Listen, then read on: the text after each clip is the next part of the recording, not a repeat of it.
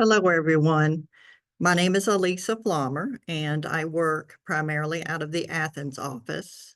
And today I'm going to be reviewing the checklist for calendar year end for USAS.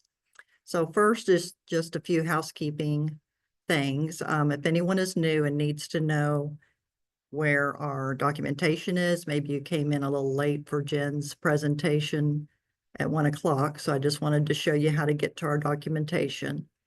If you come up here to our menu and you're on Meta Solutions website, you would just click those bars, and I like to come down to the plus sign here and then find fiscal services from member resources. Once you're on this particular fiscal services state software page, then you'll see 4 tabs here, and the last one being the links and documents. And if I choose that, you'll see really links for, you may have your applications bookmarked, but some of you probably, if you're like me, you come in and you just log in directly from our page into the application. If I scroll all the way to the bottom, and I'm under documents now, let me move this out of my way for a second here. There we go. Then we see USAS and we see calendar year end. And I'm going to pick the calendar year end folder. And from here, you'll see a link for ODJFS, IRS, and SSA account setup information. Then you'll have the USPS documentation, and here's the folder for USAS. So if I choose that, you'll see the preliminary closing procedures, and hopefully, by this time, then you've already gone through that. But if you haven't, this is the first checklist you'll want to reference. We do have a 1099 form missed reporting document, and we have the USAS closing procedure. So I'm just going to choose this, and actually see if I can move this back over. My participants were covering up my scroll here.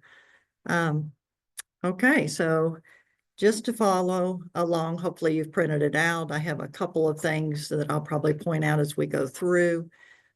Just some important dates starting out for due dates. The 1099 NECs and miscellaneous forms are actually due to your vendor and independent contractors no later than January 31st. That's the same for both of them. But the actual file, the electronic file that gets uploaded to IRS, isn't due until January 31st, and miscellaneous forms are not due until the 31st of March. But really, we recommend just getting them as soon as you can get them both done. It's better to get them out of the way, then you won't risk the chance of missing that second deadline. If you need to reference the IRS general instructions, we do have a link in the documentation for that. So this is hyperlinked, and you would be able to open up that. Okay, so this is just a review or a summary of our preliminary steps that you would have already gone through at this point. You want to refer to the actual checklist for that, since these are, limited in scope of the information you'll need to know to complete them. So the first thing you're going to want to do is just ensure that you have already set up all of your Fire account login information, that you can log in if you're the one that's going to be uploading that 1099 submission file. You want to make sure you can get into the Fire account. Next, you're going to ensure that you have applied for and received your transmitter control code. You'll hear that a couple of times today, but the TCC code is required to upload that 1099 information. Next, in red here, it's ensuring that you have entered your TCC code in the appropriate box. I just wanted to show you where that is located. I'm going to move this out of the way.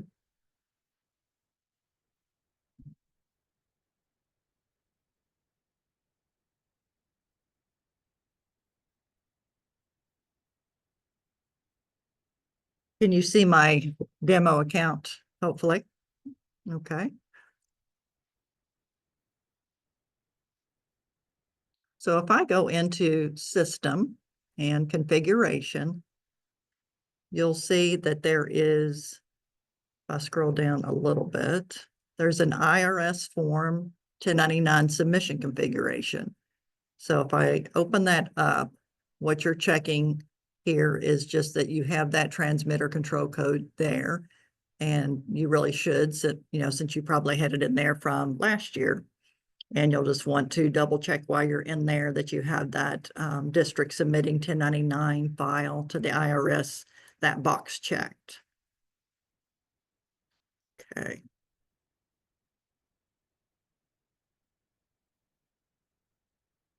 Next, you want to ensure that you have updated your 1099 extract fields.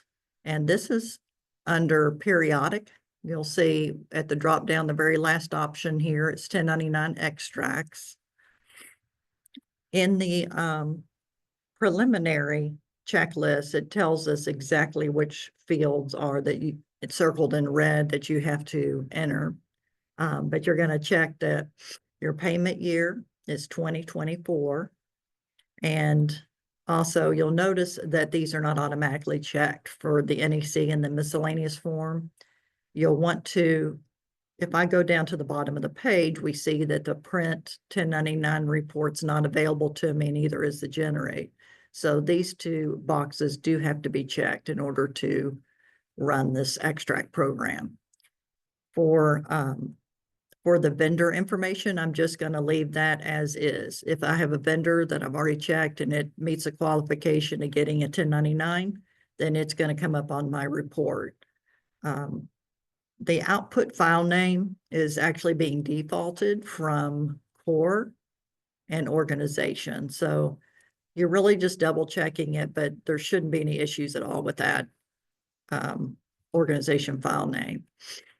Your federal TIN is something that has to be filled in, as well as all of this is going to pull from that core organization area, your name, the organization address, city, state, and zip.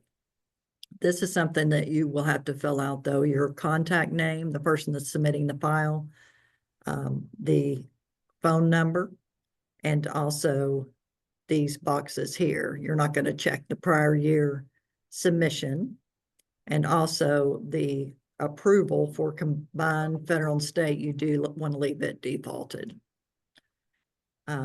These are automatically going to be defaulted on original 610. And then we have this payer name control field here, and that's going to be left blank. So you're not really going to have anything for it. So that's a little more than just your extract fields, but we'll be looking at this again. You want to verify which vendors qualified to receive a 1099 and the 1099 and their relevant information. And you can refer to that preliminary checklist for more information on that. You want to enter any vendor adjustments if you have any, and it's probably a kind of a rare situation to have to enter vendor adjustments. This would be to correct any year-to-date taxable information that you want to change. For example, you had someone that you paid mileage and maybe you don't want to include that on the 1099. So you would back that off. In order to do that, I would come up here to core and I would go to my vendor grid here. And I would just pick the one I want to do an adjustment for. And it is at the top next to edit. So there's an edit button.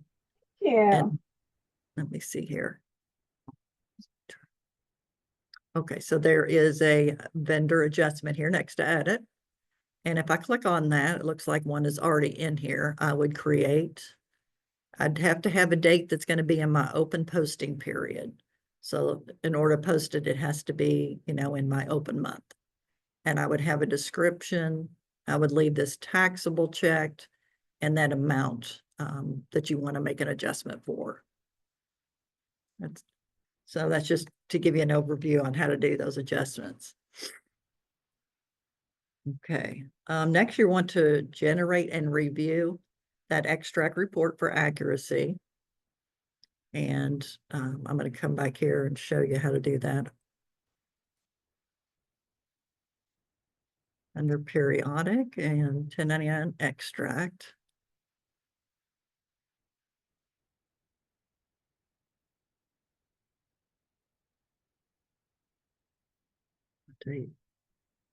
Okay, so I have everything checked that I need to, and an extract. Now, one thing about when you get ready to run it, this is going to default to vendors, exclude vendors with no tax ID, and you're actually going to uncheck that when you get ready to run the report. But when you're just running only the report, is you're going to do a print 1099 report. And it actually might have given me an error because I didn't have name and stuff in there, but nope, doesn't look like it does. If you generate this file too and you don't get anything, you might want to just check your pop-up blockers. I received 2 PDFs over here on the right-hand side, and my miscellaneous vendors is where I actually have data, and the NEC, I didn't have any data. So this is just what the report's going to look like. And you want to kind of scan for your, that, that pertinent information of making sure that that 1099 ID is listed on the report, that it has a 1099 type, and then your year-to-date information. So also you want to be sure that you've submitted your test file to the fire test system and that you receive notification back of approval from the IRS. An optional step is just running the taxpayer identification number matching program. And so that's entirely up to you. If you are used to running that, it is recommended that you do so. Okay, now hopefully you can see my checklist. This is just going to be for, you're going to balance your month the way you normally do.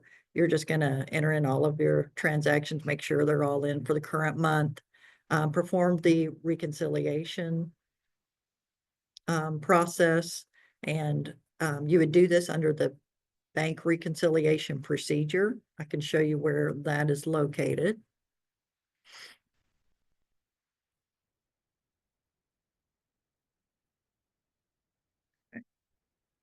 That is located under periodic and cash reconciliation.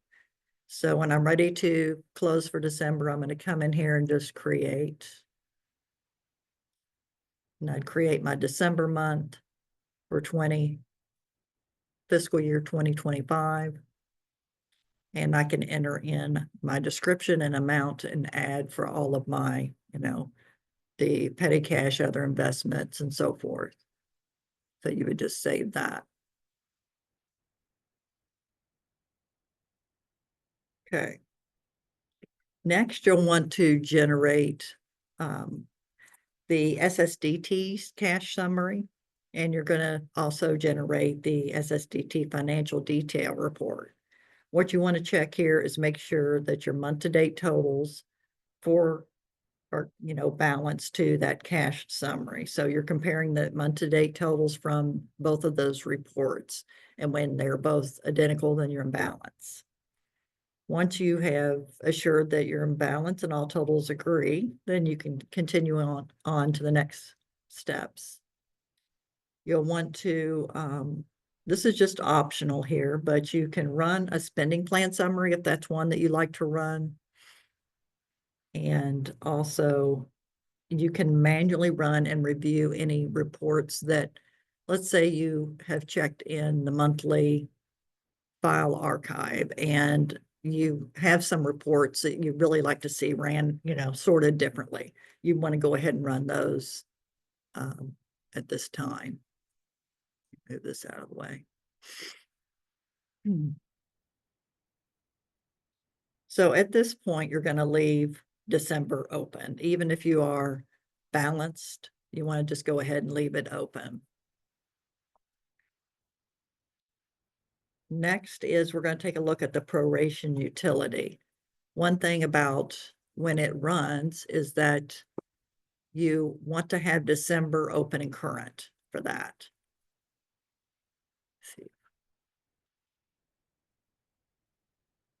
The first step you would want to do when you run proration utility is you'll have to put in an account filter. And what this program is used for, it will generate a template for workers' comp.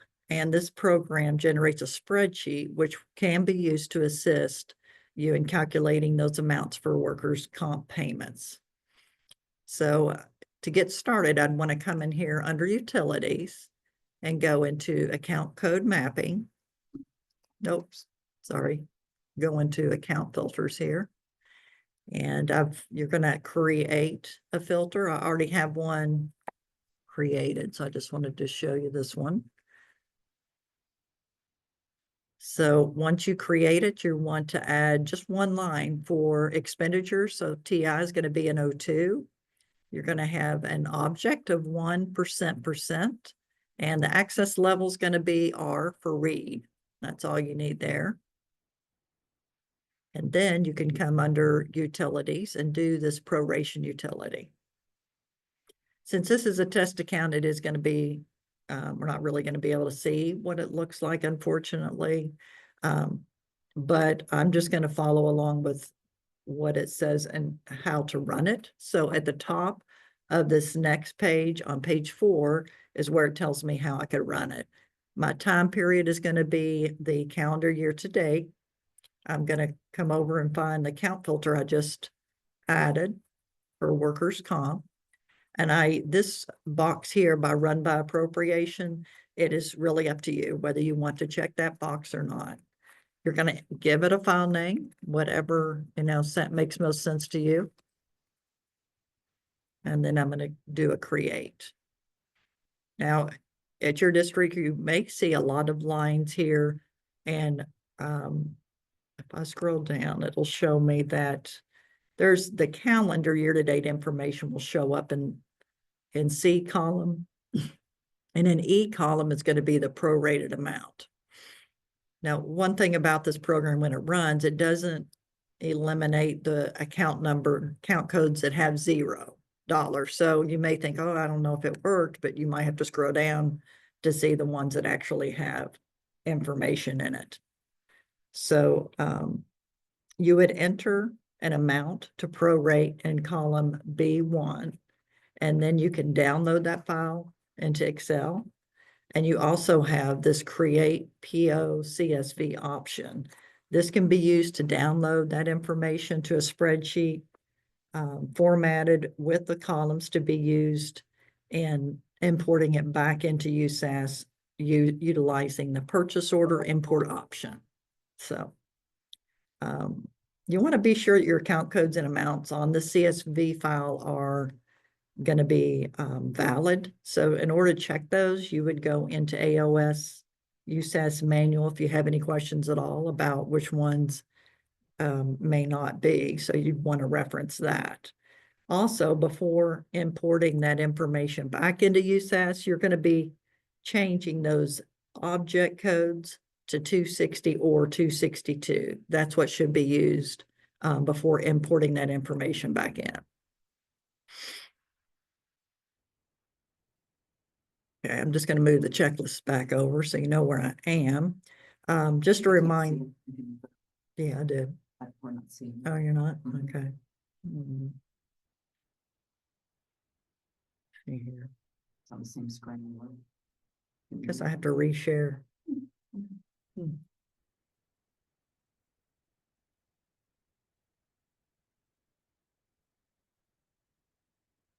You can see it now. Is that right? Okay, good. Okay, so this is just a reminder. You want to ensure that you've generated your extract report and verified that all that information's correct. I feel like I've already done this part though. Maybe I haven't. That's right. Is it? Mm-hmm. Okay. All right. Next, you're going to On step number 2, there is one little adjustment that we need to make. Instead of saying the create 1099 balancing report and fire account submission file, you could just put, if you've printed this out, create your 1099 extract report is how that should read. Since redesigned districts submit their own 1099 tape file via electronic submission, it's really, really important that you have verified all of the items that we mentioned in the preliminary closing.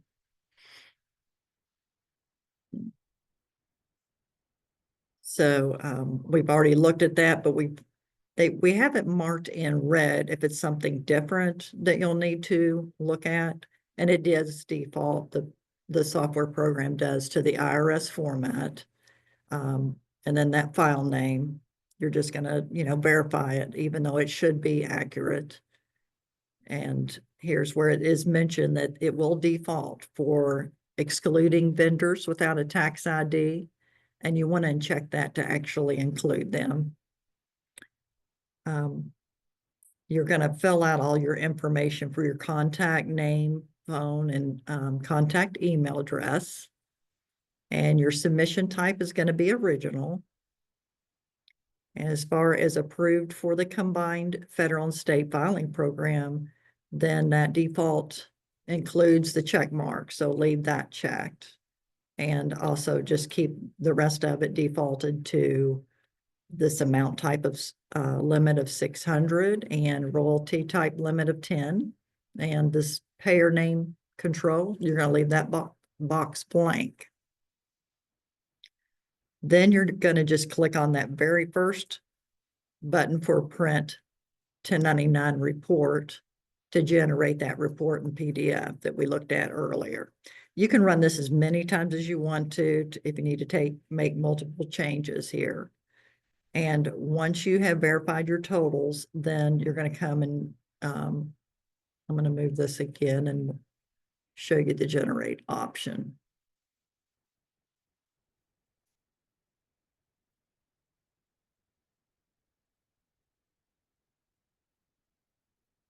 If it wasn't for this, this stuff kind of gets in my way up here. Okay. All right. So now if I go back here to 1099 extract.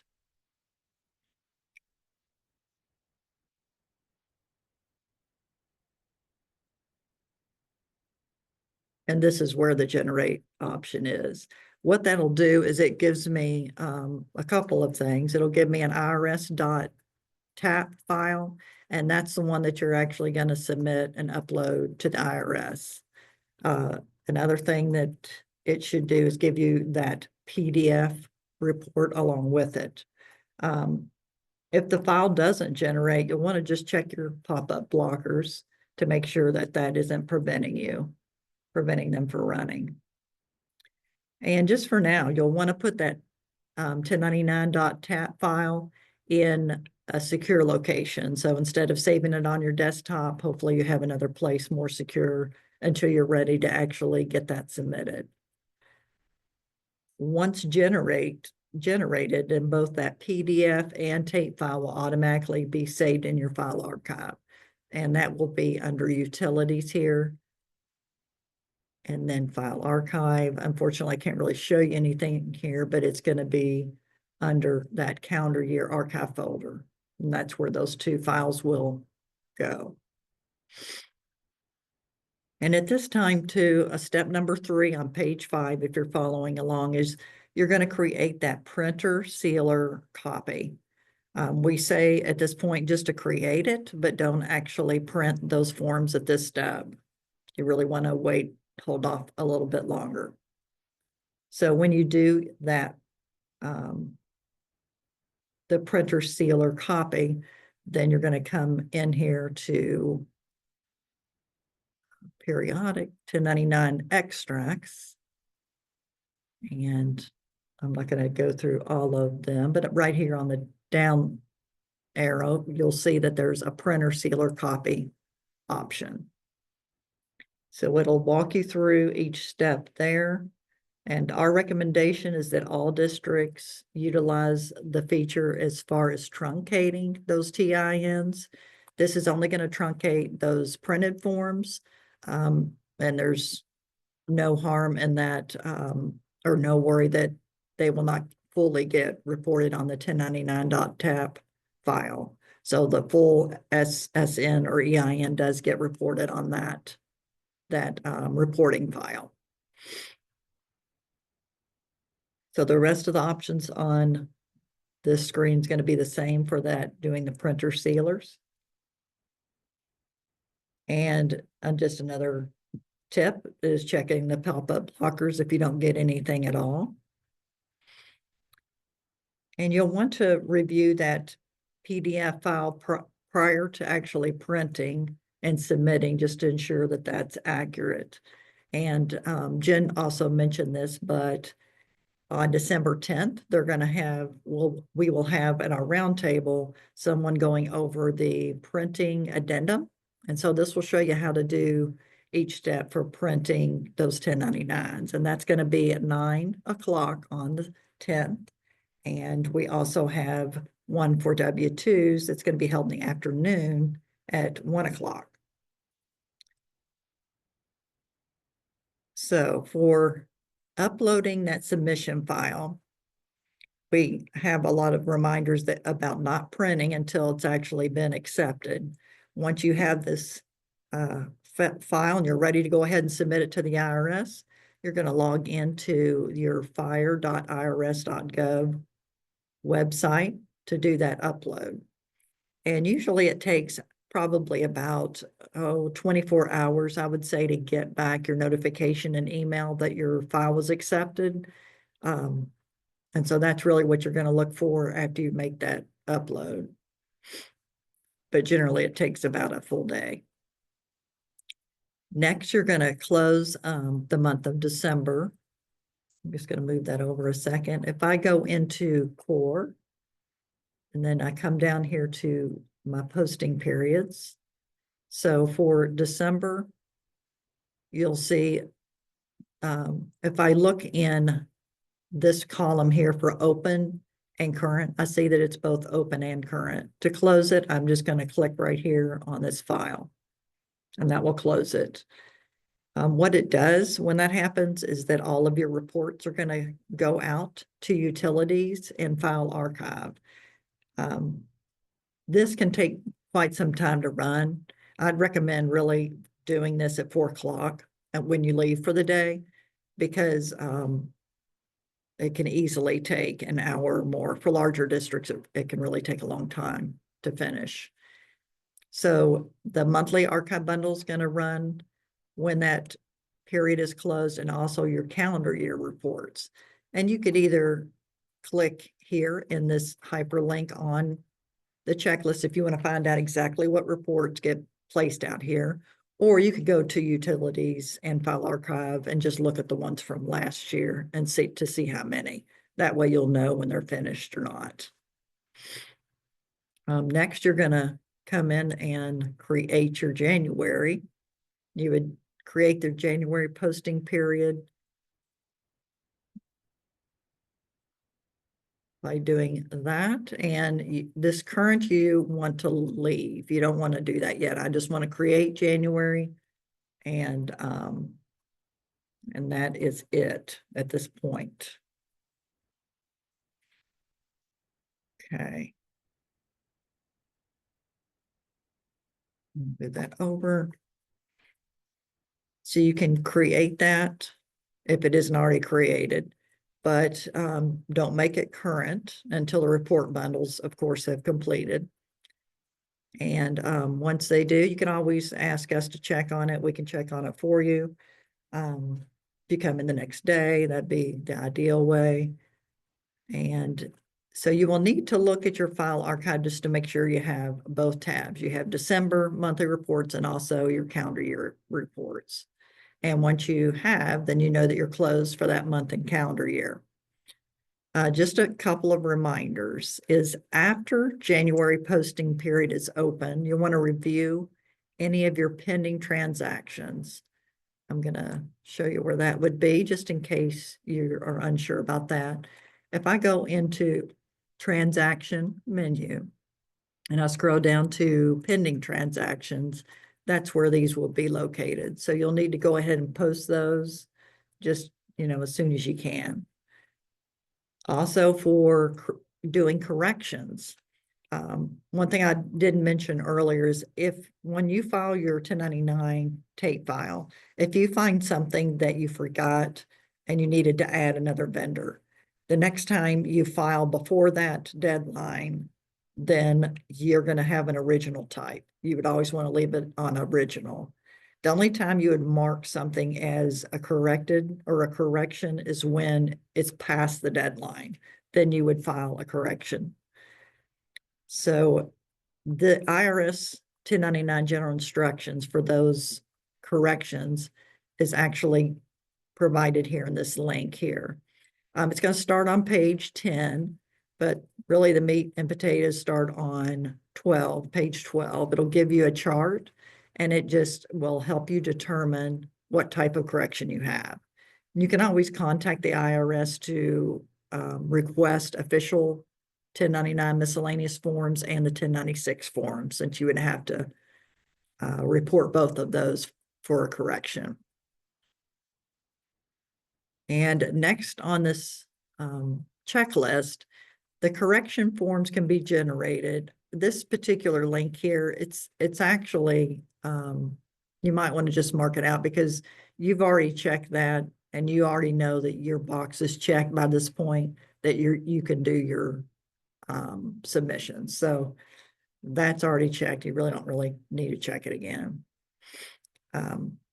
But when you get ready to do a correction, if you have any questions about it and you've looked at the IRS website and you're like, I'm still not really sure if it's a correction type 1 or 2, then just send us a ticket and we'll be glad to look at it for you. We have the SSDT instructions too for doing those 1090 corrections, and you can always reference this URL. And really that concludes the checklist. Do I have any questions or need to go back over anything on the list again? Is there anything in chat? No? Okay.